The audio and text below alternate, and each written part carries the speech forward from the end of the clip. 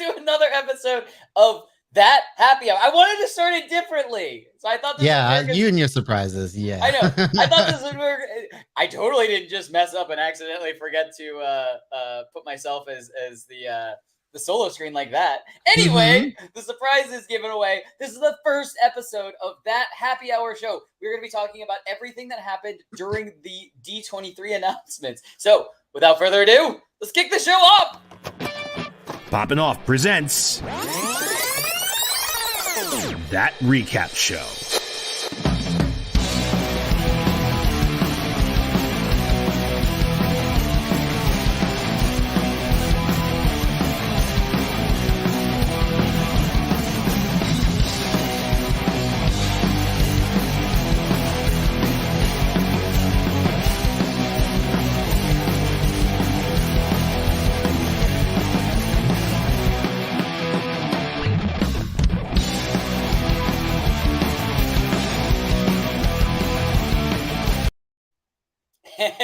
All right, everybody, joining with me as always, it's Johnny Rico.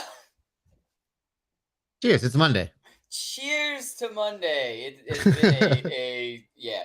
Anyway, this is episode 1 of That Happy Hour show, where we're not going to encourage you to drink, but let's relax. Let's have some fun. Let's talk about TV and movies. Let's have a good time.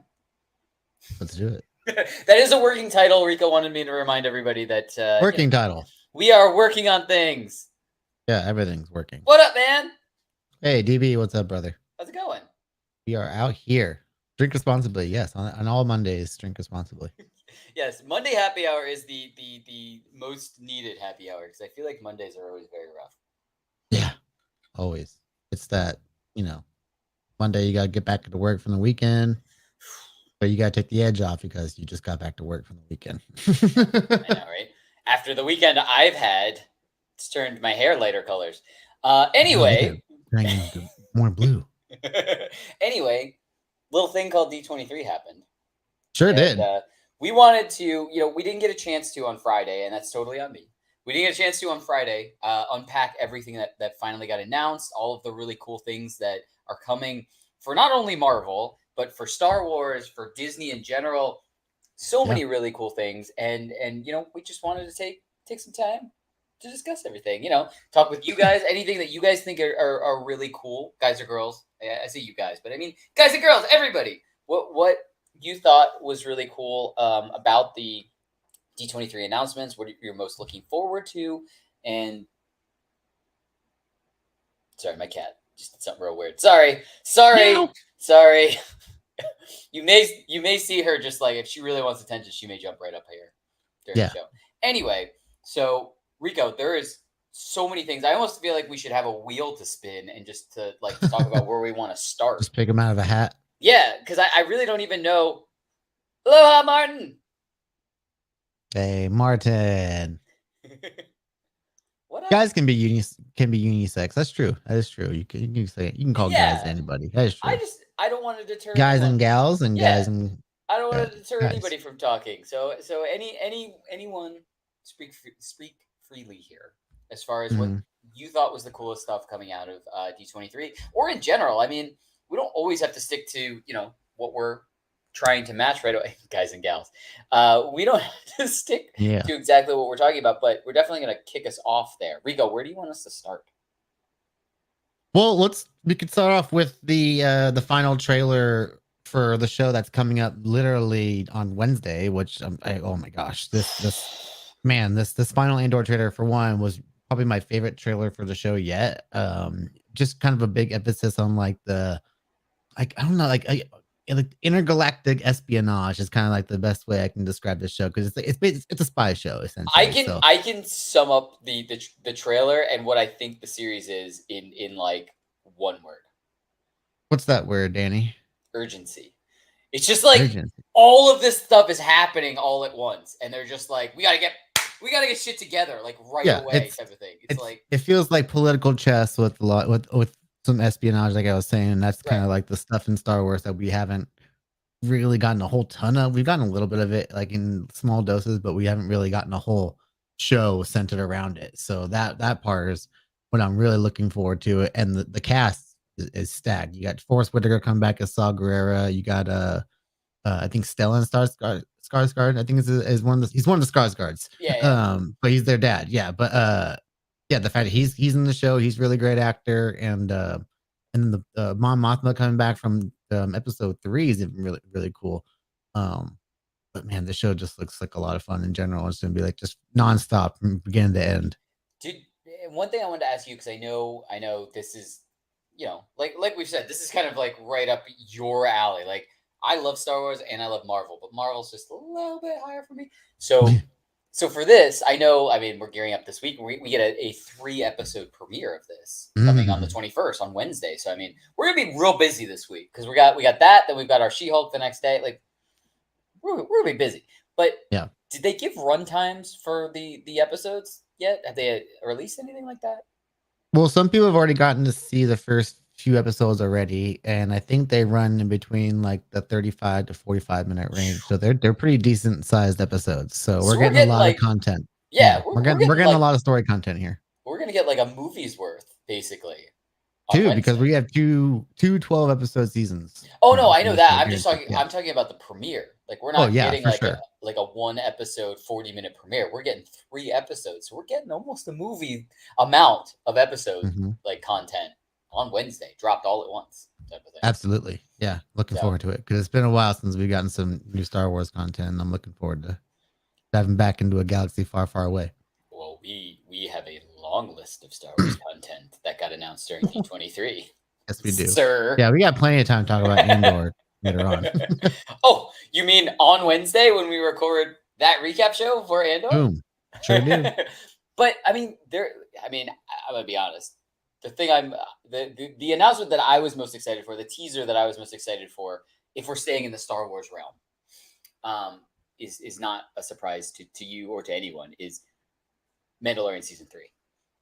Yeah, I am so excited for this. I know you wrote down on our notes we're getting that in February. Do we have an exact day when that's starting, or is it just right now we're just getting it in February? I think right now it's just February. I'm not sure if there's an exact date just yet. Okay, but I mean, we kind of, we got a little bit of kind of a link between this and the last season by the Book of Boba Fett, where we had some of those takeaway episodes that kind of, they don't have to do now in season 3 of The Mandalorian, which is cool. Right. Because we got that storyline, so now we can pick right back up where that was. Yeah, we have Mando and Grogu reunited. Right. So we don't have to waste story time on that. That would have wasted probably 3 episodes. Yeah, that would have wasted a good chunk of episodes doing that. Like, to do it right the way that they did it, I think it would have taken away a lot. But yeah, I'm super excited for that. I'm super excited to see Bo-Katan. Mandalore, like, there's yeah, so that shot of Ruin Mandalore was one of my favorite shots in the trailer, and holy Mandalorians, like, all over the place. Like, the trailer is full of them. Yeah, just kind of wrecking havoc on a bunch of places. You have Carl Weathers' character. I always forget his name for some reason. I know. I want to say it's Grief Karga or something like that, but like him just kind of like in his new outfit, looking all like slick and well dressed and looking awesome. We got a great shot of Babu Frick from episode 9 of Star Wars. So there's our kind of connection to the movies with Mandalorian with the Haggasms. Love it. Yeah, that's the perfect email to describe this trailer. Is right there. It's just like, that's the reaction that I had as soon as I watched it as well. Even the music for like the cool chanting music that kind of led into it was like, they always kill it when it comes to music in Star Wars. But again, that was just, I thought this was give me that really like hyped up feeling at the same time. This is a teaser, and I mean, it wasn't even a full trailer. This was a teaser, and so many quick shots happen that like we could dissect that for 2 hours, just talking about every quick shot that was happening in that, like, and just theorize on what's going on and crazy stuff that's going to happen. I can't wait. I mean, do you have any theories you want to throw out before that season starts? This is like the perfect time. I have one. I'm trying to think if we didn't get any shots, if I remember correctly, of Giancarlo Esposito's character, the Moff. but I'm really curious to see what his story is after the events of Mandalorian season 2, because he was defeated and the dark saber was taken from him. I'm kind of curious to see if his status has dropped at all within the Empire, or and also with the Empire, is it transitioning more into the First Order? Like, I want to see that kind of inner side of it as well, because we're in that time zone that we're kind of starting to become the Empire into the First Order. So, um, yeah, there's so much that like this weird little pocket of time in Star Wars can give us, that we haven't really dove into much already, with like outside the movies, of course. Yeah. That I'm really curious to see like what they're gonna do and kind of establish into the timeline now. Like, there's so much you can do here and play around with. It's really exciting. I absolutely agree. The only thing I was gonna say, and I'm interested to see, because we saw little tiny signs of that, is are we going to have Mando himself completely realize that the order that he was a part of, type of thing, that he's technically banished from right now, until he like redeems himself? Are we going to have like him completely flip and kind of agree with Bo-Katan that they're kind of like a cult, basically? And like I'm Yeah, well, interested to see that. yeah, that will. It seems like they're gonna be at odds Yeah, in this, and of course, there's the whole the dialogue in the trailer where Bo-Katan's speaking to Grogu, like thinking like, "You you're not think your the dad only. was the only Yeah, Mandalorian out there." Um, I'm really curious to see what she's got up her sleeve as far as like what she's been working like plotting out this whole time, because she's got that cool little throne in Mandalore that she sits on. It's like just the idea of her sitting on like a ruined throne in a ruined Mandalore. It's just kind of cool enough for me. It just kind of feels like this king or queen is that like ruling over just ruins essentially. yeah. Um, so how like she's been kind of plotting to rebuild that strength that Mandalore once had is, I feel like, is going to be like kind of the core of the story here, and I'm that Mandalore all the way. Just give me all that stuff. Like, I want all the Mandalore base story out there you can give me. So yeah, give me that. And with also the the gold helmet lady. I'm blanking on all these names right now. I Like at the know last second. we haven't been in that like in that pocket of the universe Mhm. for some time now. I can't think of her either, but I I want to know call her the Forager, but I don't think that's it. I Like, don't I don't think it's the uh, Forager either. It's I can hear her voice. yeah. If you guys know in the comments, please let us know, please, because the fact that I'm just blanking on these last second is really making me mad. But these are like the few Star Wars names that I have yet to like burn into my brain at this point. I'm just bad with names. I usually just compare it to like, oh, it's that person from that. Yeah. But since we both can't come up with this, like, just pencil us in as absolutely excited for Oh, yeah. Mandalorian season 3. And we got plenty of time until more trailer footage comes out, and we're gonna deep dive right into all that stuff. Oh yeah, we'll Yeah. break down the trailer when we actually get a full trailer, and I mean, yeah, we can throw out Yeah. more Give us the theories. dark saber shot. I don't think we got a dark saber shot in this either. I'm wondering what's gonna happen with the dark saber too, because like Mando's learning how to use it, but like at the same The time, armorer. Thank you. The armorer. Holy armor. crap. There you go. My man. Saving the day. Well, do you wanna move on? There were more Star Wars teases, I guess, that we got, details that we got for new projects and projects that are starting with the season 2 also. But Yes, so that's what I wanted to talk about first, was that we were kind of curious as to when the next season of Bad Batch was going to start, mhm. and we finally got confirmation now that the season 2 is going to start on January 4th, because we were thinking like, oh, is this going to be airing at the same time as Andor? We're kind of led to believe that at one point. We're like, it's going to be coming out pretty soon. We don't know anything about it. I But then mean, we got the official announcement here at D23 that, yep, here we go, official season 2 is coming January 4th. hey, so this is gonna roll right into Mandalorian, basically. Yeah, there'll probably be some overlap because the first season was 16 episodes. So I would imagine they're gonna have this running kind of right in the middle, and then Mandalorian will start, and you kind of get your double dose. What's crazy is we're starting to get where we have cartoons and Yeah, we have live action. and we have characters that could potentially show up in either one of them. Oh yeah. Like there is a chance we could see Omega somewhere in live action at some point, type of thing. Yeah, and yeah, as long as they haven't like figured out the end of her story, right? Because that's the whole thing with the Star Wars timeline is that like if this character is showing up at this point in the timeline and they haven't showed up at some point in this timeline for some reason, then we have to assume that they either died in some form or again, or they haven't just found the way to use them just yet. Yeah, and I mean, I think that's more of the way to think about it because for all these years we didn't get any sign of Ahsoka, and now Ahsoka. Oh, I mean, Boba Fett is probably the biggest example. Like, even though we saw what happened to him, we never got confirmation. We would assume that he would be able to fight his way out of it, and so but we never had that confirmation.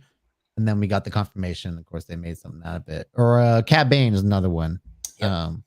Because there was always the implication that he might have died fighting a young Boba Fett back in the early days, but they never really were able to confirm that, and so they were able to bring him back in Book of Boba Fett, and even had a nod to that moment, which is pretty cool. So yeah, there's definitely. I was also kind of wondering if Omega was going to show up in Book of Boba Fett, just because he is technically like sisters with with Omega, so that'd be again a cool dynamic to explore in some way or another. Yeah. I would be really interested to see if we ever get a live action Omega. I mean, obviously we're gonna have to see what the events of Bad Batch season 2 are gonna be, but if that's open ended, we have so many properties that can crisscross that involve characters. I mean, we do have Ahsoka coming live action, but we also have Tales of the Jedi that is probably gonna have some Ahsoka. Oh, it's 100%. Yeah, so it's like we're getting Ahsoka both cartoon and in live action, so that pretty much opens the door to anyone that's cartoon that could possibly show up live action. I mean, we had the same thing with the Ezra announcement for Ahsoka. We got the official announcement that Iman Esfandi was going to be playing Ezra in the Ahsoka series. It was pretty cool because obviously we got nods to kind of that storyline being hinted at in the future in the Mandalorian episode where Ahsoka shows up the first time. Yep. Kind of like when she interrogates that girl and goes, "Where's Admiral Thrawn?" And the only reason you'd be looking for Thrawn is you were looking for Ezra, in my opinion. Yeah, absolutely. So yeah, the fact that we're finally going to get some resolution to that story, and the cool thing about that from the panel for the Ahsoka show is that we got a cool little look at Sabine in the live action form from Rebels, looking at the infamous kind of like wall art that she made for the crew that we saw in Rebels. And so we got like a live action version of that shot, her standing in front of that kind of cutout wall piece. But we didn't get like to see a shot of her face. We just kind of saw her like from the backside.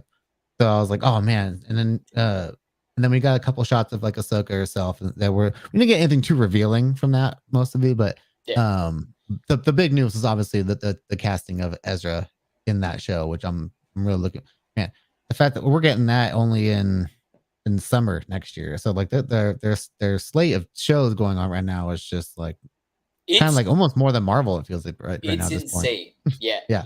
I mean, we'll get to the Marvel side of things and I think it's going to even out, but it's in general, I think we're going to have either a Star Wars or a Marvel or both happening at the same time, pretty much for the next year.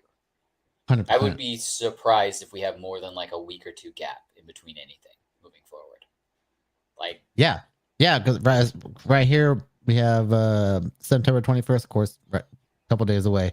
Andor, October 26th, we have Tales of the Jedi, which we'll talk about in a second.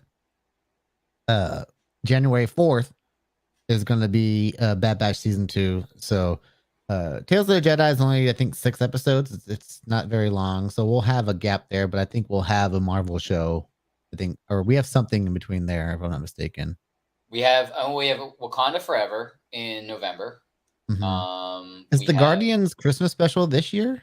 It is, but I don't think they've announced the release date for it. We do have. We haven't done anything for that, I don't think. I know it's been really secretive, but I know it's done. I know it finished filming a long time ago. Like it finished filming before episode 3, like Guardians. So that might be our thing for the holidays to kind of keep us keep the nerds at bay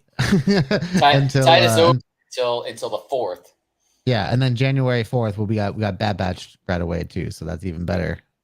And then like just in the middle of Bad Batch, we have Mandalorian, which is pretty cool. And then as Mandalorian's going on, we have season 2 or volume 2, I guess, of Star Wars Visions, the anime series. Oh yeah, I still have to watch that. I've watched some of those. There's some really great episodes in there. Yeah. Not all of them are my jam, but there's the ones that are great are like phenomenal.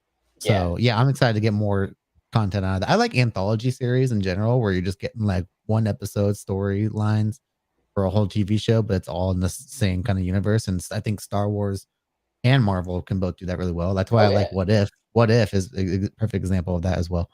Next summer we get Ahsoka, and then in the fall we get Skeleton Crew, which is another show I'm actually really looking forward to because we got a little bit more info on that. Which is like we got like a cool little image of Jude Law kind of like in the spotlight of like what looked like the little security camera droids from Jabba the Hutt's place with the little round balls that are kind of like it's kind of those things. We've seen them in Mandalorian as well. Yeah. So there's a great image of him kind of being like surrounded by like 3 of those with like a little group of kids behind him, but they're like kind of silhouetted, so you can't really see what they look like. So it kind of looks like this really cool story about I don't know if he's like a smuggler or something like that. I'm not really sure much about his character. I think anything like that. But if I had to guess, he's kind of like this guy who's probably got like a rough heart who ends up finding these lost kids, and kind of it's gonna turn into like this kind of heart of gold type deal. Yeah. And if I had to mention, I think John Watts is doing this show, if I'm not mistaken. But that's right. He is doing. If I'm not mistaken, he's doing this show. But yeah, I'm really excited to see like this kind of, again, different kind of adventure in the Star Wars world. It's not like just about Jedi or some of that. Unless one of the kids is Force sensitive, that would be a cool little thing in and of itself. But yeah, again, I'm liking these like kind of weird projects you don't expect, but yeah, I'm looking forward to them a lot. Yeah, absolutely. I'm excited. Just like you, I like these little kind of offshoots. Like obviously, I love the main storyline. Anytime we can get a main character, stuff like that. But turning different little side pieces into an adventure in and of itself, I think is really cool, and it lets us kind of live in the same space, but not be restricted as we would be if we were completely on the main plot line, the main story map type of thing. So I think it's really cool to kind of be able to play around with that. 100%. Yeah, I'm excited for all the Star Wars content. I know you're, like I said, I'm always a little bit more Marvel, but I everything on this list, I'm super excited to watch. I mean, yeah, for me, if I had to pick 2, I would obviously Mando season 3 and Ahsoka. I think would be my 2, like that I am the most excited for. But that's not to say that I'm not excited for all of them. Well, I still want to talk about what ended up being my favorite trailer out of the 3 that came out, which was the Tales of the Jedi trailer. Ooh. I think it's cool that we're getting like this early look at Ahsoka's life, where she was taken into the Jedi Order. She was probably given away as a baby. But I don't even think she was. I think we've even seen that she met Plo Koon at like a little bit of a younger age, but she lives this life where she's kind of destined to become a Jedi, it seems like, by her people. But the real juicy part of the trailer for me was all the early Count Dooku stuff and early Qui-Gon Jinn footage that we're getting. Like, first of all, this is our first footage / story stuff we're going to be getting pre-episode 1 Phantom Menace. Like, so it's a part of the timeline we never really touched before. But oh my god, this stuff with Dooku and Mace Windu and stuff like that looks like it feels very Game of Thronesy, the way like his turn is like from a good Jedi to like a bad, later on will be a Sith Lord. Yeah. But we get some really cool shots in here of there was a great shot of Yaddle. First of all, like we're getting some Yaddle on this show, and it looks like Yaddle fights Count Dooku at one point. So that's pretty cool. And yeah, it just looks like we're getting like this really cool. The young Qui-Gon Jinn is really interesting to me. I'm really curious to see what he was like at a very young age, of course, being Dooku's apprentice. So I want to see what that transition for Dooku was like for Qui-Gon. Yeah. But for a 6-episode series that's kind of like split in half between these 2 characters, it looks like Just looks like there's going to be some fantastic storytelling here, especially because Star Wars animation never misses, in my opinion, especially when Filoni's at the helm. So, um, I really hope this leads to us getting more of this show about more Jedi's within the order of the prequel era, like some Yadi Mundi. So, like, if you give me a Yaddle based story, that would be pretty awesome, in my opinion. Uh, yeah, even Yoda stuff, like early Yoda, would be pretty good. I'm all for that. Absolutely. Like I said, I mean, I'm all for all of these. I by no means am I discounting any of them by saying the two that I am most excited for are Mando and Ahsoka. But I can't wait for either one of those. But I am watching absolutely all of these. Like I am stoked for. It's gonna be a lot of work, but I'm stoked for the 3 episodes of Andor coming out in 2 days. Like, Yeah.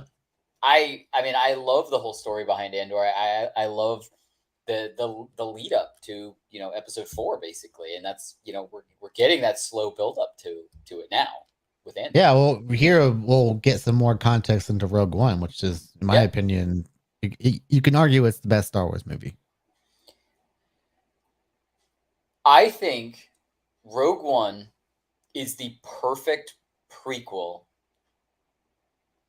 I think I could leave it at that. I think it's the perfect prequel in general, because it perfectly bumps right into the original trilogy, which both of us can agree, like that's what we, that's the kind of the introduction to that everyone should kind of have to Star Wars. At least, I mean, no disrespect to anybody who the prequels were their entryway to Star Wars or anything, or even the new trilogy, if that was the first thing you saw like just recently in the last few years in the movie theaters and then you went back and watched everything. I'm just saying in general, if I was going to get somebody into Star Wars, I would start them with the original trilogy and they prequel to that, Rogue One, because I was completely blown away by Rogue One and how it ends right there with episode 4 perfectly. Yeah. Oh, yeah. The flow into it is incredible. And just you kind of get a little bit more horror and respect, I guess, of Darth Vader watching Rogue One and then going into the original trilogy type of thing, because you see that whole first scene, so you see why the average person is actually afraid of Darth Vader type of thing. Right, he's not limited by the times of when it was filmed. Right. To portray the sense of like scariness is the word, but not the word, but the intimidation factor when it came to Vader.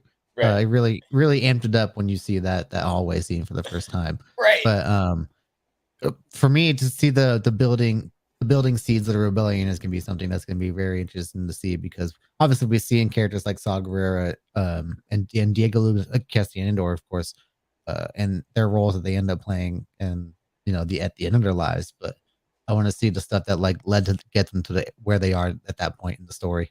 And obviously they had to do a lot to get there. So there was so much more left to be told that we're finally going to get to see. I am just hoping, like, I don't know how many seasons they're planning on having Andor. Like we know we got 2 confirmed.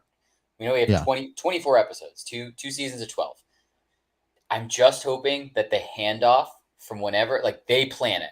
So like if they're going to stop at 2, fine. If they're going to stop at 3, fine. Whatever. I just hope that they plan it so that point bumps right into Rogue One type of thing, as well as Rogue One bumped right into the original trilogy. Yeah. And just having these stacked right on top of each other, because it just extends the watch.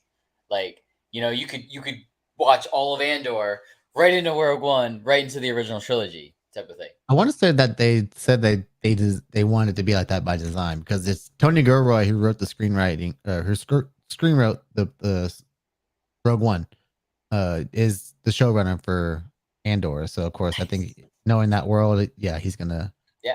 He said he wanted this to be more about story and less about kind of like the Easter eggs that keep people in. Like if you're watching a show like She-Hulk, for example, because you're just waiting for the Daredevil cameo, that's not this. Like Andor is not that show for Star Wars for you. Like if you're if you're watching the show because you're waiting for some big cameo from a Star Wars character, I probably wouldn't bet on that. I would just bet on a really good Star Wars story. Oh yeah, just like Rogue One was. Like when it came out, I mean, it definitely kind of split an audience. Connecting threads. Yeah, but it split a lot of people. Like I feel like it was either you loved it or you didn't. You hated it basically because it. Yeah, there was a little bit of investment period with it, and now it's like widely regarded as one of the best ones. Like people really come around to it. I feel like because I think I mean. No disrespect and no argument at all. I just think it's a great prequel, and I think it's a great prequel to the original trilogy, which will always be near and dear to my heart. The original trilogy, no matter what. Absolutely. But I've exhausted all of my talks about Star Wars. Do you have anything else to say before we move on to what is the last year? Last year. Oh yeah. For the reasons I probably was just mentioning. But there is Ched, one, the cousin. Ched, always Ched. The cousin. He's the cousin. You guys. So there is some not so great news. But it kind of like some not surprising news at the same time as that Disney not finally, but they officially took Patty Jenkins' Rogue Squadron film off of their schedule, the release date schedule. Right. And I was really kind of bummed to hear that because I was looking forward to like a Rogue Squadron style of film, like a film about basically like X-Wing fighter pilots and doing their whole thing. Like that would have been a really cool, like almost like Top Gun and Star Wars. That's exactly what I was going to say. Top Gun. Yeah, that's exactly like that would have been really cool to do because I remember when they announced it, they had this whole video presentation about how like Patty Jenkins was talking about how like her dad was like a pilot or something like that, a fighter pilot, if I'm not mistaken. So like this is like a real personal movie for her to make, and then of course it was like, okay, no, we're getting it, not getting it anymore. Kind of like well, we still don't know if we're gonna get Rian Johnson's movies now. He keeps saying we are, but okay.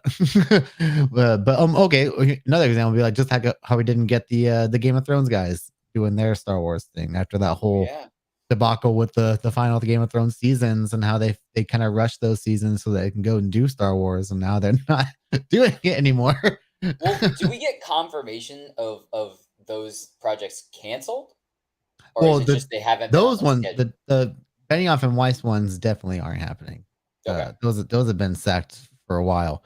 Rian Johnson's the kind of the one that's still keeping us kind of like hanging on this one. Like the last time he spoke on, he's like, no, I'm still working on it. It's just a matter of scheduling because he's doing the Knives Out movies right now. He's got the second. Was it The Glass Onion is coming out later this year. I'm actually really excited for that movie. It's gotten some really great reviews already. I think it's already like at an 86% on Rotten Tomatoes. So I think it's coming out pretty soon, if I'm not mistaken. But yeah, I'm really bummed that this Patty Jenkins movie isn't happening because I think it would have been a cool story to tell, and it would have been the next Star Wars movie. So it looks like we're not getting a Star Wars movie for another couple years at this point. So it's just, it's fine because let the TV reign right now, but Star Wars in the theaters is a special occasion in my opinion. Especially if it was, like X-Wings and that kind of stuff, because that's the stuff you want to feel like. I still need to see Top Gun Maverick. I have not. Yeah, so I'm a little bummed I didn't get to experience that in the theater because that, from all accounts, it just seems like a movie should have seen like IMAX, something like that. But I still I'm gonna watch it at home and still have a great time with it. But man, I'm just gonna be thinking about what are these X-Wings? What are these X-Wings against TIE fighters? Or even like if you do like another era, like the prequels, like what is this, a Naboo space fighter? I just want that Naboo with it. Yeah, that's all I want. Look, Mando's got a Naboo starfighter. He does, and that makes me very happy. It's not yellow, but it is nice and chrome. Yeah, it's chromed out. Yeah. Speaking of chrome, yes. See what I did there? How? Do you know what transition I'm going to? How are you liking the new season of Fortnite? Yeah, of course. I set you up for that transition. I didn't know. Yeah. It's very chromy. A lot of chrome. The first time I phased through a wall, I scared the absolute shit out of myself because I didn't know that was a thing you could do. And I was like, what is happening? And then I thought I got swallowed by the house I was in. Yeah. I am so into being able to phase through walls shiny and like new. Yeah, running away from stuff. Have you turned yourself into goo? I have. Oh yeah, I love gooing. I love gooing all over the map. You know me. Stranger Things vibes. Yeah, really, for real. Makes me feel like the T-1000 from Terminator. Yeah. Especially with the new shotgun that like rolls around when you reload it, like every round. Oh, the lever one? Yeah. It Yeah. spins around in a circle. It reminds me, I think was it T2, I think, where he's shooting and he's doing that to reload. Yeah. Fortnite and Flubber collab. That's amazing. Flubber. Yeah, they should have made it green and made it Flubber. That would have been awesome. But yeah, I'm digging the new. You know what? No matter what, I was going to be happy because I'm the type of person where I just really, really want to, start building towards more stuff. And so now that we have a brand new battle pass and everything, and like every time I'm like jumping up levels, something I'm to work towards. I can't wait to get this new skin. I mean, of course, I want anything Marvel. I want anything that's related to Spider-Man. So we got Spider-Gwen, and I have to hit level 100. But in the meantime, on the Battle Pass, I think there's some pretty cool. Kidding. No. Then I'll be tired of playing it at like level 20. If I buy all 100 levels, I'll just be sitting there for the rest of it. By the way, the new season starts on December 3rd. So this is going to be one of the shortest seasons ever. Oh, you're already looking forward to the next season already? No, it just got announced. They announced it that the season ends December 2nd, December 3rd time. Type of thing. I have way too many battle passes I'm going through right now. It's a problem. I've discussed this many a time. Yeah, you're crazy with the battle. Like I have to concentrate on one. I like to grind. That's just what it is. Give me something to grind. That's all I like to do. Rumbleverse, TFT, Fortnite. I bought Multiverse and I haven't touched that in a couple of weeks, and I'm like, oh no. I gotta figure out when this season ends so I can get something done. But my thing with Multiverse here, while we're talking about it, the fact that you have to grind to unlock the characters to play in the game is a little annoying to me. So that's kind of like, oh my gosh, I had to put in work just to play as Scooby-Doo or Shaggy. I think Shaggy, but it's like, just let me play them right away. Like, what? Give me something else to work for. Like, I don't know why I gotta work to unlock them, and then the battle pass is making me unlock stuff for characters I don't have unlocked. It's a whole thing, Danny. Look, it's going into right exactly what you said you wanted. You want to be able to grind. You want to grind. So grind for characters, Rico. So, I know. It's a revolving circle of pain and suffering. So we're on today's day 2, right? Where are we? Yeah. Day 2 of Fortnite. Yeah, brand new Fortnite. Yeah. What how about a level check? Where you at, Rico? I'm like 4 or 5. I've only played like 4 or 5 games. I'm level 12. Oh, look at you. Look at him. No life. I've just been playing a bunch. I've been bouncing around a bunch of different games. No, I know. It makes it harder for me. I'm just super like there's so many so many skins that I want. Page 3. Have you got your umbrella yet, Danny? I did. Okay, he's got his chrome umbrella. He's good. My chrome umbrella. Yeah. I'm just spoiler for me because I didn't get one yet. I did get a crown. I did get a couple crown wins. Ooh. I'll make the grass. Go touch grass. Yeah, exactly. I'll make the grass. I'll go make the grass chrome, and then I'll go play on that. Anyway, Rumbleverse with me. Yay! Okay. Downloaded Rumbleverse. Yeah, we needed that as a palate cleanser. What do you want to get into next? Do you want to? There's a couple of really quick Disney things that were announced separately from Star Wars and Marvel. We can brush by these really quick. First of all, did you see the Little Mermaid trailer? I did see the Little Mermaid trailer. What did you think? Because I loved it. I did too. Look, I did too. Okay. Okay. So vividly, if my dad's watching, and I don't think he's watching because I forgot to send him the link to this, and he doesn't have like a little notification. By the way, this is the perfect time to mention this. If you are not subscribed to us across all of our platforms, Twitch, YouTube, even on our Twitter, Twitch too. His Twitch. I'm gonna start doing Twitch. It's also the same thing. It's Danny Out or something. Anyway, if you don't have notifications on, sometimes the signal doesn't go out that hey, we have a live stream, and every once in a while we're gonna do something like this, really fun. It was. Was that flounder on the bottom of the trailer? It Yeah. was flounder. Yeah. But my dad would remember this very vividly, that I, growing little tiny Danny, same size as me now, little tiny Danny, Mhm. loved like the original slate of Disney movies, like Oh yeah, those 90s. Aladdin, The Little 90s were Mermaid. goat Yeah, era of 90s Disney movies, or just Disney Aladdin, movies. Little Mermaid, Mhm. 101 Dalmatian, like Oh yeah, all all of of them. those. So yeah, I was a big Peter Pan and Pinocchio guy. yeah.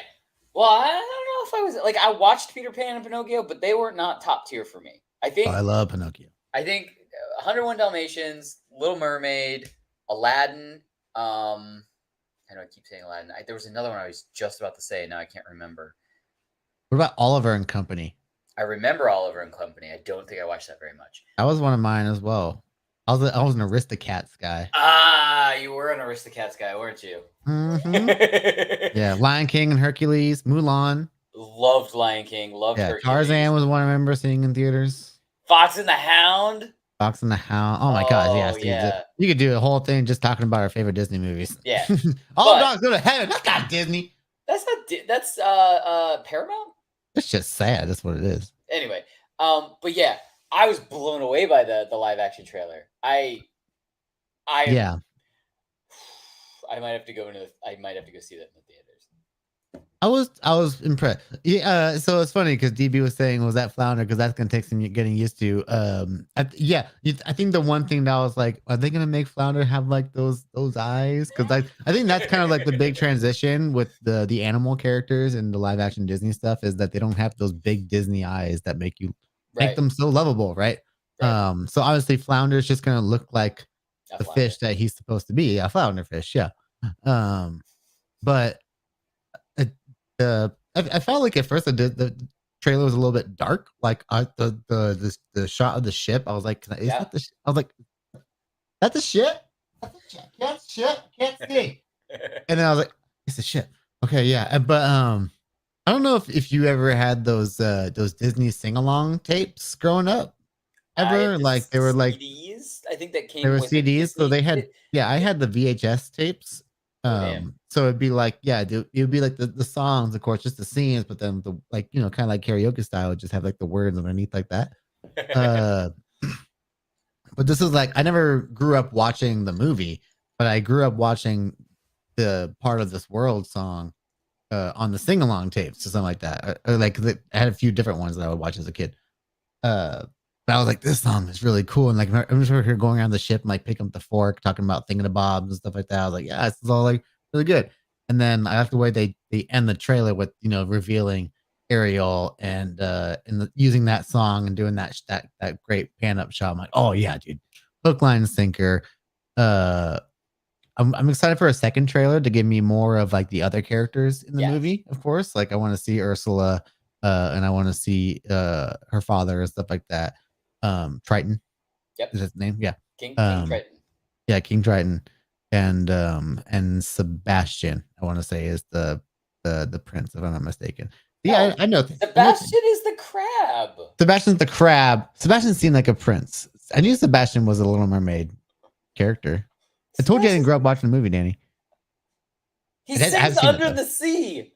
That should have been on the sing along. There's no way that wasn't on the sing along tape. Under the Sea. The crab. Yeah. Yeah. Crab. Yep, crab. Crab. Yeah. Whatever this. Okay, yeah. So heck, the prince, whatever his name is, or the love interest. Prince, he's probably not even. Why can't I think of his name? Prince Eric? Was it Prince Eric? Eric. Am I thinking of this? It was a. Should have named the Eric crab, Eric the crab, and Sebastian the prince. There we go. So yeah, I thought that was a pretty cool trailer. I'm there with you. Like, I'm definitely watching it. I think it's amazing. I can't wait for not better trailer, but a longer, like a real long trailer, like a full size trailer type of thing. Absolutely. And then the other trailer that I watched like just before we started recording was the Willow trailer that came out for Disney Plus. And holy crap. In this kind of like age of fantasy shows kind of making a resurgence right now. We have like the Lord of the Rings show. We have House of the Dragon, Sandman to a degree. And now with Willow, like, oh, dude, I'm like all in with this series. One, I love Warwick Davis. I think he's a like fantastic actor in general. He's just like kind of like not just for being a little person, but like he is such a staple in the film industry for many reasons. Other than that, um, it's kind of cool that we're seeing like a modern project where he's kind of like it looks like the lead in a sense, or at least he's going to be a really vital character in it, just like he was in the movie. Yeah. But I plan to do a back-to-back watch of the movie and this series just to kind of get myself fully like engulfed in this world, you know. Danny's right. It is Eric. Sorry, I'm on my boat and washing dishes. Keep washing dishes, DB. It's Eric. Give me my applause. Do it. Do it. Yeah. I did. Against my better wishes, I did it.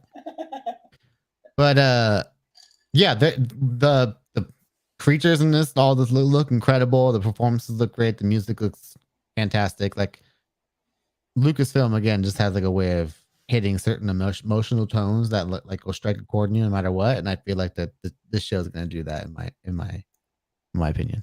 Only my wife can tell me what to do. I'm telling you now, but she agreed with you. Thank you. What's a smart lady? I have not actually seen the trailer for Willow yet. I'll probably go watch it as soon as we're done here. Cool. Completely honest. Do you want to talk a little bit about Marvel? Sure thing, Danny. Yeah. All right. Guys, Danny's waking up now for Marvel. All right. I don't even know where I want to go first. So many things were said. So many things were announced. It's so cool. Let's start with Daredevil. Okay. Born Again. So we actually got, Vincent D'Onofrio and Charlie Cox both on stage for the announcement, like the official announcement of this series and everything. I can't wait. I mean, everything we're hearing is that this will not be season 4 of Daredevil. This is actually going to be kind of a new adaptation type of thing. Like these characters, it's almost like we're going to get variants of these characters. They have very similar personalities. They have very, very similar things, but things are going to be a little different because it's the MCU's version. It's 616. Right. It's whatever, however they're going to explain it. That's what it is, type of thing. But I think these two actors are perfect casting for their roles, and I mean, absolutely, yeah. Give me all the Daredevil content we can possibly get, but I cannot wait to see these two actors going against each other again. Like having those two like in the early seasons of the Netflix Daredevil was incredible, and I just hope we can get back up to that kind of intensity. I'm not even saying like that kind of violence if they're gonna skid a little bit away from that, but just having like those two kind of at each other all the time. I really want to get back to that because I thought that was incredible, having these two actors going back and forth against each other. Yeah. The cool thing about this is that cool little moment with them on stage is that it came off the heels of the Echo presentation, of course, where we got some really cool details on that. Like it's a little bit more on what the Echo name is going to mean as far as like Echo's Native American roots and stuff like that, but also that Kingpin's going to be in that show and he's going to be bandaged over the eye, kind of like he was in the comics, of course, referring to that moment between them and in the books, of course.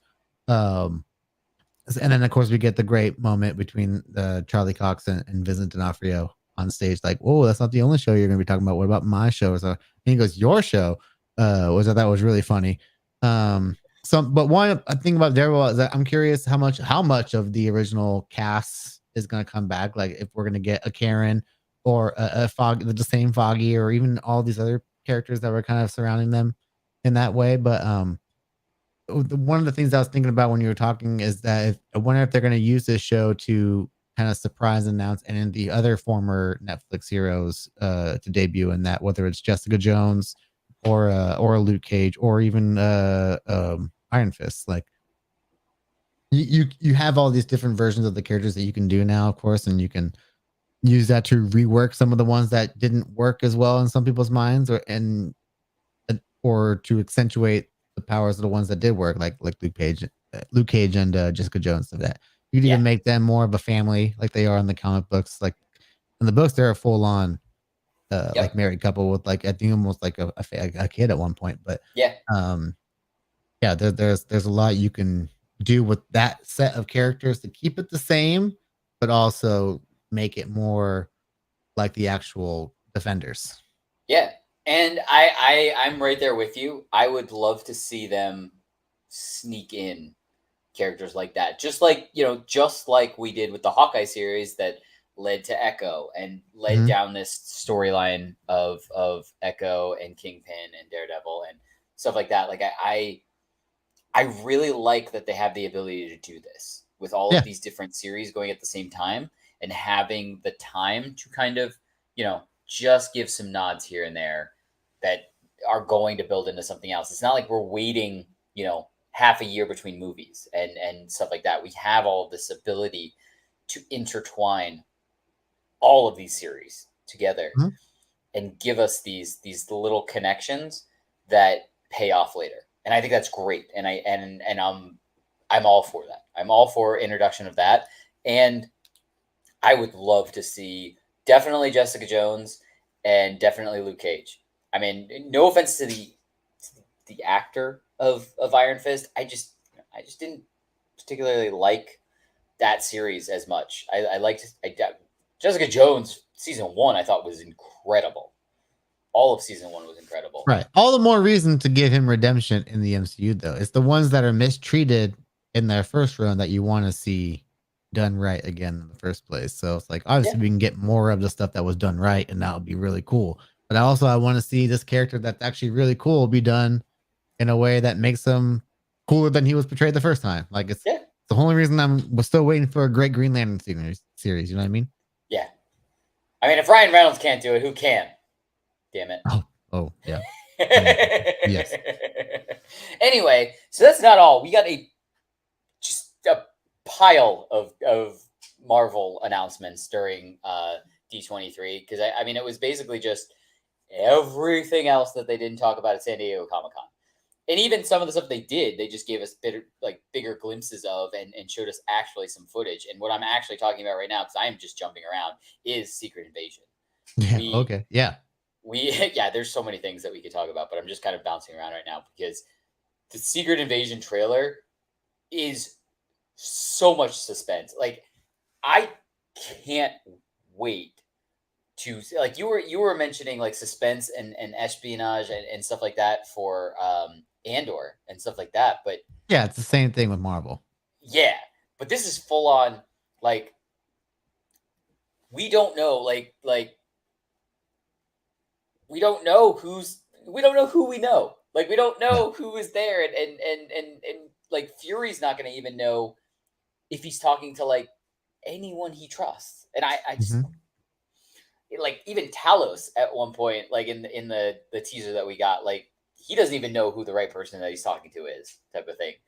Oh yeah, when I think it's Talos is sitting across from the other scroll, and then they all turn into him. They all turn into the same person. Oh, So I'm wondering if he is in fact a super scroll or not, or if he's just another scroll from the comics that I'm not aware of. But I gotta, and also Emilia Clarke from Game of Thrones is in this, of course, and I'm really excited to see her in the MCU. Yeah, so I'm curious as to like what her role is going to be, and then of course Olivia Colman, who's the recent Oscar winner, is going to be in this show as well. So Monica Hill is going to be back in here. I mean, yeah, we have returning characters like Monica and Martin Freeman's character, of course. But Maria Hill, we have, not Monica Hill. Why did I say Maria Hill? Sorry. Monica is from the Marvels. Yeah, I'm really excited to see kind of like the the espionage factor, like I was talking about within Andor, is definitely one that I was thinking about when it came to Secret Invasion. Like we've gotten a couple espionage type stuff within the MC already with the Winter Soldier and stuff like that, but this feels like more on like I said with Star Wars, like on an intergalactic scale, of course. Like we got like kind of space espionage within the MCU, which is really cool. I just hope that this is like the series. Like I hope that our minds get blown per episode, like or like there are like crazy like Our minds are gonna get blown for sure. Like this is gonna be a series that's gonna have some pretty Yeah. mind blowing reveals. If I had to guess, has to do with kind of like the Fury that we've kind of known this entire time within the MCU, whether he has been a Skrull this entire time or not. And if this is like really the show where we're meeting the real Nick Fury for the first time, and that's why he's like the center of the show, that would be pretty cool, in my opinion. Or we really first met him at I think was it Far From Home or whatever post credit scene he was in then. Oh. No, I think I mean Talos was definitely him in Far From Home. Right, but the one we met in space, that could have been our first time meeting the real Fury. Yeah. As opposed to like this series, like or finally get to see him in action. Yeah. I can't wait. Either way, I'm super excited. What's one of the other I could take all of them, but I don't want to. I want you to have some time to talk. What are you looking forward to from some of the Marvel announcements we got at D23? I want to talk a little bit about Wakanda Forever and Ironheart a little bit, kind of like these kind of go together. Yeah. We got a little bit more kind of like an update on what to expect from the story of Black Panther Wakanda Forever. From what they were shown at the convention, it seems like there's a lot of conflict within the world versus Wakanda things, or certain places trying to get access to vibranium now that Wakanda has kind of made itself known to like a part of the world, like the United Nations, stuff like that. After the events of the first movie, of course, when T'Challa kind of declared them as like, "Hey, we are now part of you guys." So now that's kind of other people's thinking like, "Hey, we have, access to your resources and stuff like that," and that's not going to go well with the remaining Wakandans. Of course, T'Challa's mother who's kind of I'm assuming is ruling at that point is kind of dealing out some pretty wild kind of like forces to kind of deal with all this stuff, and it seems like it's going to lead to a little bit of a conflict with the Atlanteans. I don't know if they're going to even referred to as Atlanteans. I feel like we heard another name for them at one point. Yeah, but, I think we had a different name for them, and I can't remember. Yeah, but yeah, by all accounts, the movie's going to be fantastic, and yeah, every time I've heard, like he's saying, the speech is intense, but every time I've heard her speak, even in the trailer, yeah, she seems like she's going to be on top of her game. Angela Bassett's just a really great actress in general. Yeah. But this also kind of segues into the Ironheart series, because of course Riri Williams is going to be making her debut in Wakanda Forever. We get a little bit more details on her series as well. Jim Rash, who we all know as the Dean from Community and stuff like that, he's going to be making his return to the MCU because obviously in Civil War, he's the MIT guy that kind of talks with Tony Stark at the beginning of the movie. So we'll kind of see his character show back up in an MIT sense. So it looks like Riri will be a MIT student in some form. And I'm really curious to see like how her story to becoming Ironheart, if she's gonna already be Ironheart in this. I imagine she's gonna become Ironheart in the movie, and maybe this series is gonna be her going from like that kind of Mark 1 suit to like more technologically advanced suit, if I'm not mistaken. The really cool looking Ironheart suit that I cannot wait to see. Yeah, absolutely. And then of course we have the confirmation of Anthony Ramos playing the Hood as the villain, which is really a really cool villain for her to face in her first show, and like a kind of a more obscure comic book villain from the past to kind of bring into the MCU as well. And he's a great actor too. He was in Hamilton, of course. He plays Hamilton's son and one of his friends. Like he plays two separate roles in that. And then he's also the lead in the Heights movie, the musical based off of Lin-Manuel Miranda's other musical. Yeah, okay. So he's very involved in the Lin-Manuel Miranda plays and movies based off his plays and stuff like that. But he's a very good actor. and I'm really excited to see him in like a villain role in this sense because he's always been like the good guy. But yeah, there's a lot to look forward to in that series, I think, and it's going to be a nice kind of breath of fresh air, different stuff that everything's kind of been different, of course. Like each show is a breath of fresh air in its own sense, but I'm very curious to see like the more techie side again of the MCU kind of come to fruition again. It would be really cool because we have been doing a lot of really mystical, a lot of like interdimensional, a lot of multiversal, like on the more mystical landscape of everything. So to have more of like a grounded where like, you know, Riri Williams is designing her own suit. It's almost like not a restart like where we had Iron Man 1 type of thing, but it's kind of grounding us back into that. We'll have Armor Wars after like after the Ironheart series type of thing. So we're going to get more of kind of that real life tech versus the mystical art and the multiversal magic and stuff like that. So yeah, it'll be really, just like you said, breath of fresh air from kind of every different project. And I'm still crossing my fingers for a Bruno cameo from Miss Marvel because I feel like those are two. If you can cross over those like young kids kind of all hanging out together in some form or another, if Riri is going to be a part of like the Oakland part of the Wakanda Outreach Center that they have, like that's a whole other thing. But yeah, again, I'm just more MCU crossover possibilities. Yeah. I mean, speaking of Miss Marvel and Bruno and stuff like that, we got some updates for the Marvels also. And I mean, we got a little bit of, from what I heard, we got a little bit, they showed footage and we got descriptions of that footage. Nothing's been released like publicly, but it basically kind of tells us what we kind of already knew. Like they did switch places. It wasn't like, you know, they switched bodies or anything like that.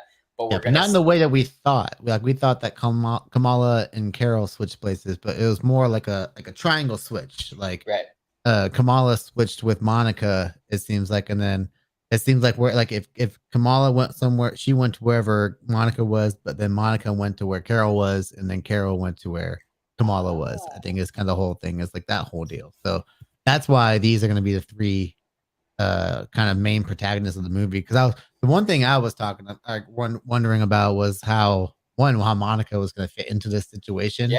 After that post credit scene, because it's like, okay, well, I figured out how Captain Marvel and Miss Marvel are going to kind of like their paths are going to cross. But how does Monica fit into this? Obviously, she knew Carol because of her mother and stuff like that. But now this makes a lot more sense that like they all have to kind of like get back to where they were supposed to be, but they probably have to meet each other in order to do that. I think didn't and I could be wrong, but maybe I thought this up, or maybe it was in one of the kind of like transcripts of what some of the footage shows. So Monica was training on the sword base with Fury. She was in space. So that's why Miss Marvel ends up going there. Captain Marvel's back on Earth in Jersey City, and then Monica. I don't remember reading where Monica ends up, type of thing. Yeah, I don't remember where they said that Carol was at the time of this. So, but I think she was either somewhere on like a Kree planet or something like that. But I'm not sure. Yeah, I'm really excited for this. I mean, it looks like the chemistry between the three stars. It looks great. Like in any of the interviews and press that they've done, it looks like they're all really having fun with each other. And that's pretty much all you can really ask for in a movie. Like if the chemistry between the main characters in the movie is great, you're always going to get a better picture, like a better product. Like, you know what I mean? So I'm really excited for that. And yeah, I mean, like I said, I lean a little bit more Marvel anyway. So I'm really excited for all the new projects that are coming out. But I loved Miss Marvel, the series. Like I loved that series. So, and I'm excited to see her powers used on a bigger scale in the movie, of course. Like that, obviously they put enough budget into their projects to make them look good for the TV show, but obviously the movies are going to have a bigger scale for them to work on and make them look even better. Oh, I got the Miss Marvel bangle set. There you go. A collector's set. Yeah. So when we can talk about the movie, I'll put on the bangles. I'll be able to show you. They give you the short one, the one before it expanded across the whole forearm, and then they give you the other one with the expanded, so you can wear. You can be Danny Marvel, guys. I can. I got the hair for it. I feel like now. Anyway, yeah, there's so many more things we can talk about with Marvel. I mean, we got the casting for Loki season 2 and the announcement of when that's. Did we get the announcement of exactly when that's coming out? I believe that's I want to say 2023 it's going to be in the summer. of 2023. Yes. Yeah, so the same and time. but the real thing is here is that Ke Kwan was cast in this, and obviously he's known for his roles as he was Short Round, of course, and then Data and Goonies, and then of course he just recently kind of had this resurgent role in Everything Everywhere All at Once. Yeah. So it's him kind of joining the MCU is going to be really cool, and I thought that was a really cool photo of him and Harrison Ford at the D23 episode, because they did some Indiana Jones stuff at the expo as well. So seeing them and like kind of a reuniting photo is really cool to see. But yeah, that's kind of like the big news coming out of Loki season 2. They've been filming it, so there wasn't much footage to show off yet. But it seems like he's going to be playing some kind of like a librarian or something like that. Or so, he works somewhere inside the TVA, like somewhere that he like holds like Data or something like that, which is kind of funny because he played Data in Goonies. But yeah, I'm really curious to see how this is going to deal with the fallout of the whole He Who Remains stuff. I want to say this comes out after Ant-Man and the Wasp: Quantumania, so obviously the repercussions of that story is going to play heavy into probably what happens in Loki season 2. If I have to imagine that those are on the same level as far as story writing goes. Well, we're dealing with two different entities that are kind of outside of time. We're dealing with the quantum realm during Quantumania, and we're dealing with the TVA in Loki season 2. So right, there's always been theories that the TVA was somewhere within the quantum realm though, too. So that might be the thread there. Oh, the big reveal. That was the big reveal. But yeah, in all account, I mean, some of the stuff that we got basically was just kind of small plot points that this is taking place, immediately following that the end of season 1, basically, where Loki, no one remembers the events of Loki. He's thrown into basically another universe. Right. No one remembers who he is. Luckily, no one just thinks that he's just a variant running around type of thing, at least in all accounts from what we've seen, no one like immediately tried to arrest him. Like, I'm sure if a Loki variant just all of a sudden showed up in the TVA, not in handcuffs or something, you would think everybody would just try to arrest him immediately. So it didn't look like that. It didn't look like Mobius even knew who he was, like even knew that he was a Loki variant. What if he was in Sophie's universe? Sophie, right? Yeah, Sophie. Sylvie. I think Sophie is the actress's real name. No. I thought, what if she was in, or Loki is now in Sylvie's universe that she got taken from? That's why they don't recognize him as Loki, because their Loki is female. Yeah, that would be an interesting story plot, I think, in my opinion. Yeah, I'm curious. Shut up, DB. What did he say? He said, "Come on, Rico." Yeah. Shut up. Shut your mouth. Yeah, I don't say that. Anyway, I'm really excited for that. I loved the first season of Loki. I can't wait for a rewatch in like when we know it's coming up. We'll definitely have to come up with maybe a watch party. We'll do a rewatch and maybe just kind of throw out some theories before season 2 starts. Yeah, I think it's gonna play super heavy into him trying to prove what he knows and why he knows it type of thing, and try to convince that Mobius that because the Hunter, what's her numbers after her name, Hunter something, doesn't recognize like D23 or something like that. Like, yeah, she's in it too, and it's the version she doesn't recognize him either. Yeah, so he's basically a completely fresh start in general, not even just fresh start as a Loki and has to go through all of the events of season 1. He's like fresh start and no one. It's basically like he's Peter Parker again, like now. Yeah, basically. Pretty much. Nobody knows who he is. So. But so another thing that like we kind of left off Loki season 1 with is where Ravonna Remslayer went. And she's to go in it. But this kind of leads into the whole Ant-Man the Wasp thing, where we got we got more of a look at this, a look at Quantumania, and I feel like I said this once before, but I feel like this is going to be the big tonal shift for the Ant-Man franchise. Like, kind of like we did the opposite with Thor, as far as like the first two movies were kind of rather serious in nature when it came to how they portray the character. This is going to do a complete flip from the goofy Ant-Man movies that we've seen the first two to like a more like Civil War-ish, I would say, type of vibe for the character because of the story that they're telling here with Kang. Obviously, they're setting up big things for the Kang Dynasty movie, stuff like that, because he's going to be the big bad, and using a whole movie to kind of set him up. Like they didn't do that with Thanos. Like Thanos set up with little appearances here and there and stuff like that. But here they're letting you know like he's going to be in this movie, but then he's also going to be bad in this movie, like the big bad in this movie as well. Yeah, they kind of did with Loki a little bit, but like it's kind of I guess a similar treatment in that regard. We don't know how this situation with Kang is going to go at the end of Ant-Man, of course. But it seems like he's going to be like kind of recruiting Ant-Man in a way to kind of doing like a heist of his own for Kang.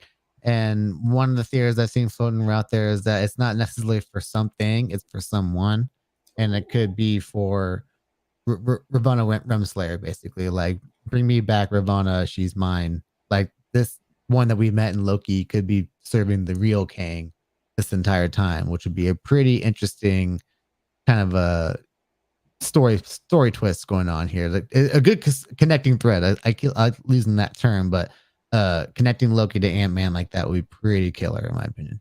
I really like that, and I would send me the link to that theory because I am totally down to read all of the threads in that, because I love to just, I'm never disappointed if it doesn't pan out that way, but I just love to read everybody's on a good theory. I like to read everybody's input. And like, I want to say I heard it on New Rockstars for sure. Oh, okay. Like that's definitely something I heard that on. But yeah, that just the idea of that just makes a lot of sense to me. That would be awesome. I would 10 out of 10. Yeah. So the next thing I'm going to mention, I'm going to throw right off to you, because the big thing for it is a character that you have, theorized would show up in another series, and are very happy that they're showing up in a new movie, an upcoming movie type of thing. And what I'm talking about is Captain America: New World Order. We now know our big villain for the movie. We sure do. That is the leader. Tim Blake Nelson is coming back as Dr. Samuel Stearns, aka the leader. First he's in the Incredible Hulk back in 2008, when the Abomination's crew came in and busted his head open, and some of Bruce's blood got into his cut, and it turned his head into a big swoly swole, and then that's all we got. And now, roughly 15, almost maybe more. This comes out in 2024, right? So about 16 years later, we're gonna finally get a follow up to this villain long teased, and man, I'm surprised that it's gonna be in Captain America 4. Like, again, like I was really hoping for that, like, She-Hulk's villain is the leader type deal, but maybe I was thinking too small for the leader in that sense. And this could also lead to, I've been seeing them saying this is them teasing the group Intelligentsia, which is a big comic book group of villains that we can see. That's why we're getting the New World Order title and stuff like that. Maybe the leader is starting something much bigger than we're all anticipated, because he's been gone this long. He can't be just doing nothing, right? He's just hanging out, chilling. Yeah, exactly. And who knows? Maybe Abomination will have a factor to play in this story, as opposed to another story that another project that's going to he's unfortunately not going to be a part of, that we learned about. We don't know that. Yes, we got an announcement for the project, and we got all of the announced characters, but Marvel, I feel like, likes to trick us. And what the announcement we're talking about is the Thunderbolts movie. It's a movie, right? It's not a series. It's a movie. It's a movie. Yeah. We got the announcement for all of the major characters for the Thunderbolts. I mean, we have Val, Ghost, Red Guardian, Yelena, Winter Soldier, U.S. U.S. agent, agent and Taskmaster. Yeah. So the only person that stands out to me in this situation that seems weird is that Bucky's here. So, well, yeah, why is he there? Is definitely the because I don't know much about the Thunderbolts. I'm going to be honest. I'm coming from a place of I'm watching these live actions and cartoons, and then going back to comics and kind of going the opposite order of a lot of people. But I was always told that the Thunderbolts are basically the Suicide Squad. Yeah, in a sense. It's but it's also a team that kind of has mostly reformed villain as well. Like it's not like something you're doing just to shave off time. It's just like it's an anti-hero team, so it's not necessarily like a hero. Like think about if you pull up the picture, like most of these people are people who are not necessarily bad anymore. Yeah. Ghost was kind of like she's now kind of friends with Ant-Man and all of them because they're trying to help her out. Now they help bring back Janet. Red Guardian's now technically kind of a good guy, but these are all guys who are kind of looked at as kind of being reformed in some sense, but are probably willing to do bad things if they're kind of like either forced to or in the situation calls it like, yeah, that they'll do it. I was just more of like the reason why I was saying Suicide Squad is that they're expendable. And I just that's kind of what we were it was drilled into us about with the Suicide Squad, at least both movies. We can forget about the first one. We can talk about the James Gunn one that was way better. But it was drilled into us that they were expendable. We send this group of not the greatest people into a situation. They were never there. No one really, we're not killing off Batman and Superman and stuff like that. This is a threat that we can send people in that are expendable type of thing. And it seems like what situation is Bucky in where they have him to do this type of thing? Because I don't know. It just seems weird to me, like that he would agree to do anything for Val. It doesn't seem like those two people would match up very well. Right. Well, my guess is that she's got something on him. It's possible. Even though he has been pardoned for stuff like that, but maybe it's just something that she's a smart lady. Like where she's not rounding up these people just, hey, come hang out. And they're like, okay. But there's a reason why they're all working for her from the first place. And I'm curious to see her get more of a shine in this movie because it seems like she's going to be part of the actual crew themselves. But maybe this plan plays more into like that kind of espionage stuff in the MCU that we're seeing right now. And it seems like these guys all have abilities that are useful in certain situations. And that's probably why you don't have a character like Abomination in there, because he's too big and loud for these kind of things. And it seems like the way they're building this team is like they want people who are willing to do things, but they have abilities like do things for the greater good, but they have abilities that are kind of less than moral in some regards. And so I think that's not the approach with it. We did have the comment from Martin about Zemo. He was probably definitely one of the surprising omissions from the team for sure. But he's also a very bad dude. Yeah, that's what I'm thinking. That's why I'm like, maybe it could be the villain. Yeah, it could be like this. Yeah. Yeah, he's got a group of bad guys, and maybe we need some guys who are willing to kind of do some dirty work against him. Because immediately, I think that would be the reason why you could pull Bucky in.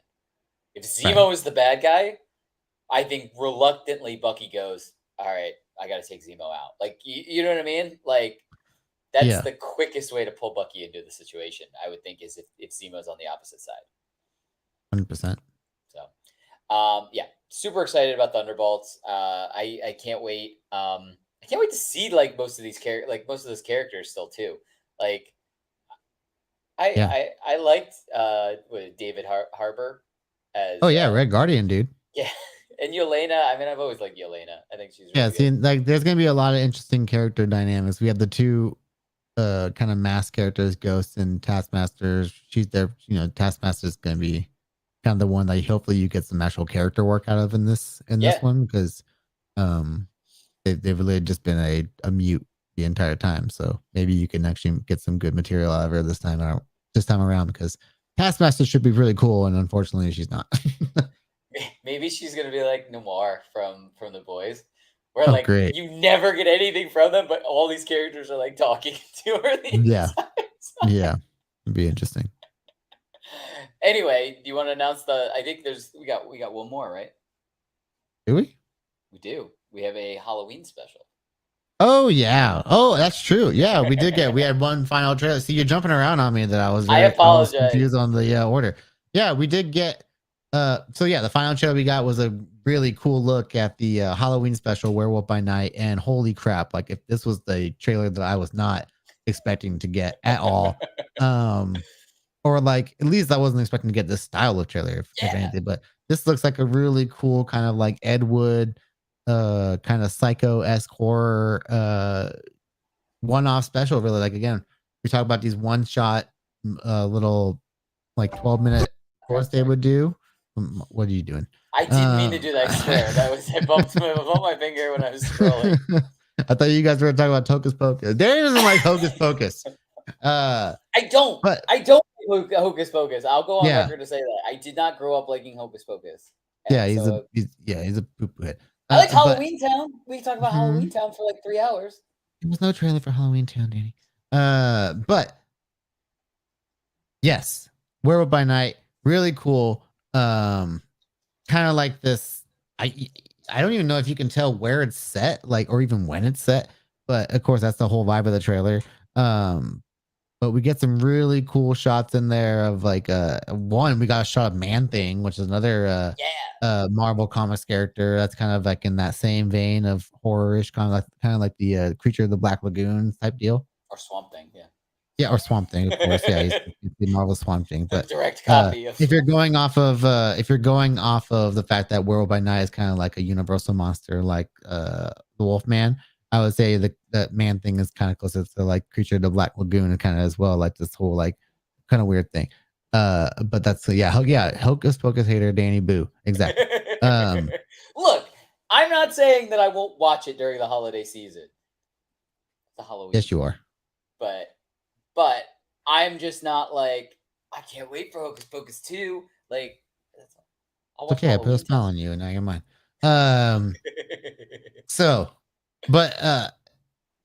Yeah, I think this is gonna be like a really cool little one-off special. It just makes me look forward to something like the Christmas special for Guardians later on, which I'm surprised we haven't gotten anything for that yet.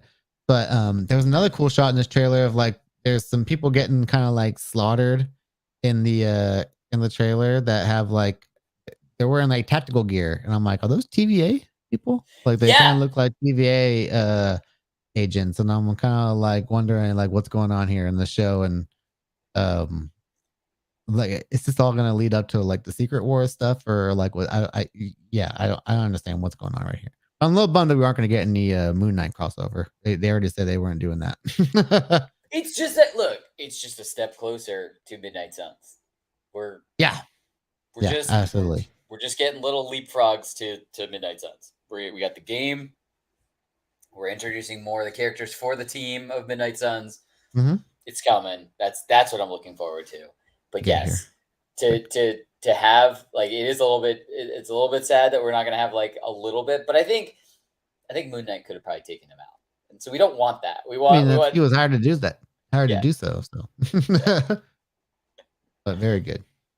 But yeah, before we go, like exactly. The only thing I was gonna say is number one, I'm really excited that we get a Halloween special. I think this looks like it's because it's in black and white, and that might be the only reason I'm comparing it this way. Classic monster movie. Oh yeah, feel. Like exactly what I was going for. Yeah. And I'm really excited for that because it's like gonna be that, maybe like what I'm hoping for overacting. But I'm hoping that we even get like some real elements of horror in there, so like it kind of throws it off type of thing, or I'm really excited for that, and I'm really excited for like the Christmas Guardians of the Galaxy special. But what I was gonna say is, with the Guardians of the Galaxy special, it's almost like you don't need to advertise that. It's kind of just like, what's going to happen. And I think they could literally not do a single trailer and just say the date that it's released, and everybody's going to watch it still. I mean, they barely did anything for I Am Groot, so that makes sense. So yeah, was hoping to hear more on Fantastic Four or Deadpool. You think Mutants not coming until Phase 7 or any X-Men? I think that because they're mainly just hyping up the stuff that's coming up relatively soon, and we're still a couple of years out from those that we don't. I mean, we got the confirmation of Matt Shackman directing Fantastic Four, which is a big story itself, because obviously that was the internet rumor that was pretty much like, the announcement, but before the announcement. But to get officially said from the head honcho's mouth is still a big thing. Because now we know what to expect from that movie from the level of directing he did in WandaVision. So Yeah, that's something to look forward to in general. yeah, absolutely. And I mean, we've got little Easter eggs. We've got, I mean, Wolverine technically exists in the She-Hulk series, and Deadpool technically exists and the Thing, and like, I mean, we've got Yeah, these the mutants exist now because of Miss Marvel. That's one thing for sure. right. She's technically our first mutant. But yeah, I think we got time to work these things in. So that's the whole thing. It's like, now I know we got the rights to them, but like we've trusted Marvel at this point to know when they're going to integrate these stories into certain points and when they'll be important. Like if they know they're going to tell certain stories and they need certain characters to be in there, that's why they probably got this deal done. Yeah, I think something big is going to happen with Quantumania. I think that's going to trigger something that's going to trigger something else, because whether it be incursions, whether it be, just something about the quantum realm, something there, I think that's going to explain some of these gaps and some of these gap questions that we have, and why we don't, why all of a sudden, how are we going to have mutants just be everywhere all of a sudden, type of thing. Right. I think those are going to be the type of events that are going to trigger the what's going to make sense type of thing. Or at least that's what I'm hoping. Right. And reasons why it could just all of a sudden happen, and they could all of a sudden just be there like they were there all along, type of thing. So very good.